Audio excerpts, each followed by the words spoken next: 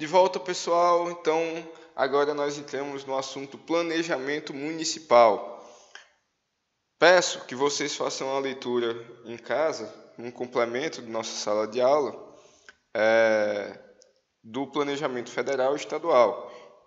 Contudo, diante das nossas limitações de tempo, nosso foco é sim com o planejamento municipal, como eu venho falando no correr dos blocos anteriores, que é o grande protagonista na matéria planejamento urbanístico. É um processo que deve ser permanente, descentralizado, participativo. Permanente porque ele não se encerra com a produção do plano, precisa sempre de uma implementação, de um acompanhamento continuado, de uma avaliação do que está sendo feito, e a cada 10 anos, por força do Estatuto das Cidades, esse planejamento ele deve ser revisto, revisitado, deve ser editado um novo plano com novos objetivos. Além do mais, deve ser descentralizado. O prefeito, apesar de ter o condão da iniciativa da lei do plano diretor, ele não tem como fazer todas as etapas do planejamento sozinho. Então ele precisa da contribuição tanto dos técnicos urbanos, quanto também de cada uma das secretarias. Porque se eu tenho uma secretaria, por exemplo, de controle urbano, é claro que ela tem uma maior ligação com o planejamento urbanístico, mas ela não vai conseguir fazer se não houver as verbas necessárias e suficientes previstas por uma secretaria de orçamento, uma secretaria da Fazenda Municipal. Então, é necessário que haja um diálogo entre cada um dos membros do poder público para que esse plano ele seja execuível, como a gente já falou anteriormente. Além do mais, como todo o bloco 3, nós dedicamos a questão do orçamento democrático para que ele venha a ser democrático. Uma das exigências é que haja uma efetiva participação da coletividade na tomada das decisões. A estrutura a ação do executivo e orienta a ação dos particulares, via de regra, esse planejamento municipal, como a gente já falou no bloco 1, da questão da imposição ao setor público e de uma orientação, de indicação para o setor privado. Embora, quando nós começamos a falar de planos mais específicos desse planejamento urbano, nós acabamos tendo também normas impositivas à coletividade, não apenas ao poder público. Ele é feito em função da realidade local. Então, o planejamento ele deve sempre estar atento às realidades do município. É por isso que ele tem o protagonismo. Então, não adianta, como nós falamos em outros momentos em sala de aula, que um município do sertão da Paraíba ele tem em seu plano diretor a previsão da construção e ampliação de um porto marítimo. Então, não é da realidade local. Tudo quanto a um porto, quanto à orla, não é da realidade desse município, que não só por isso não deixa de ter outros problemas, outras necessidades, outros anseios a serem alcançados.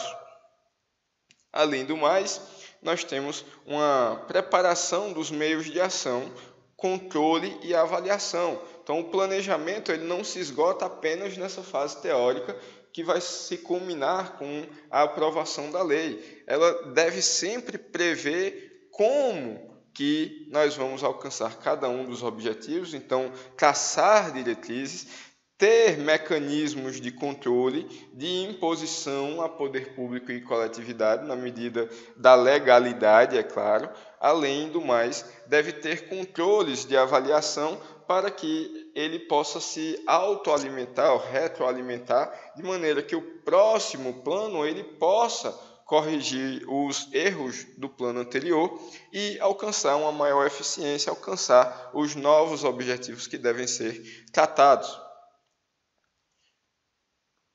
Além do mais, pessoal, peço que vocês façam a leitura em casa do artigo 40, parágrafo 1º do Estatuto das Cidades. E ele vai dizer que não apenas o plano diretor será instrumento de planejamento. Há também algumas outras normas, como algumas normas do direito financeiro, o plano plurianual, a lei de diretrizes orçamentárias, a lei de orçamento anual, que vão contribuir com a maior eficiência do plano diretor e, por consequência, na eficácia do planejamento urbano. Então, o orçamento anual ele vai dizer as perspectivas de receita e de gastos do município. O plano diretor ele não pode exceder a quantidade de recursos que vai ser injetado no município, a lei da responsabilidade fiscal, por exemplo. Então, o plano ele não pode descumprir a realidade do município financeiramente. Além do mais, as leis de diretrizes orçamentárias e do plano plurianual vão traçar metas a serem alcançadas por cada uma das esferas descentralizadas ou desconcentradas, melhor dizendo, do ente público, dessa prefeitura, desse ente executivo. Então, cada um dos órgãos e entidades do município, eles terão metas a serem alcançadas e, por evidente, que essas metas financeiras a serem alcançadas, elas devem contribuir com a melhoria da qualidade de vida da população e, consequentemente, trazer os meios necessários para a eficácia do plano diretor. O planejamento, lembrem disso, ele é mais importante que o plano. Como a gente falou no primeiro bloco, o plano ele é apenas um instrumento de publicidade desse planejamento. Então, a lei que vai conter o plano diretor, por exemplo, o plano municipal, ela não é maior se nós analisarmos o planejamento como um procedimento complexo. Ela é apenas mais uma fase que nem sequer encerra o planejamento, que deve ser sempre um ciclo, uma roda girando, uma engrenagem girando para o alcance do alcance da melhoria da qualidade de vida da população. Além do mais, como eu já falei anteriormente, deve ser sempre adequado à realidade local. Então, o que é que a população realmente necessita, quais são as verbas, quais são os recursos que nós efetivamente temos para alcançar esse objetivo. Então, isso está atrelado diretamente à execuibilidade do plano. Então, se eu tenho um determinado município no interior do Nordeste que vai falar da construção de um plano, de um porto marítimo, é inexequível.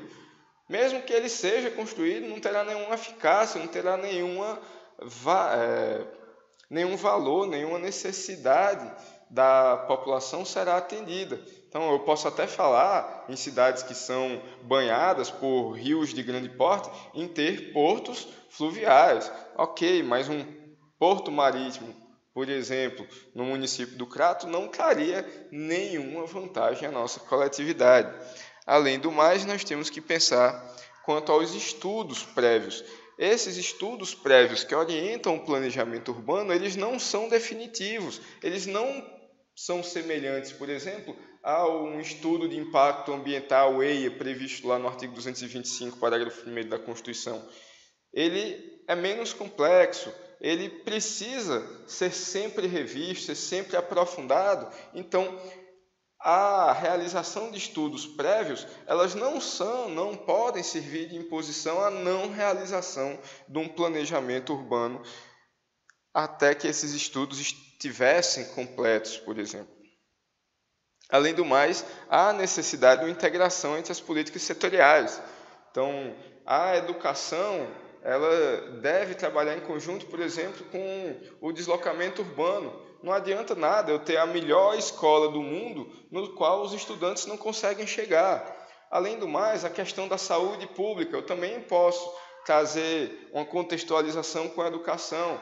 Então, saúde bucal, por exemplo, parte do sucesso de uma política de saúde bucal parte da conscientização, principalmente das crianças, que aí vão levar esse valor para as suas vidas de adultos, de fazer uma adequada higiene bucal. Então, isso pode ser feito dentro das escolas, por que não?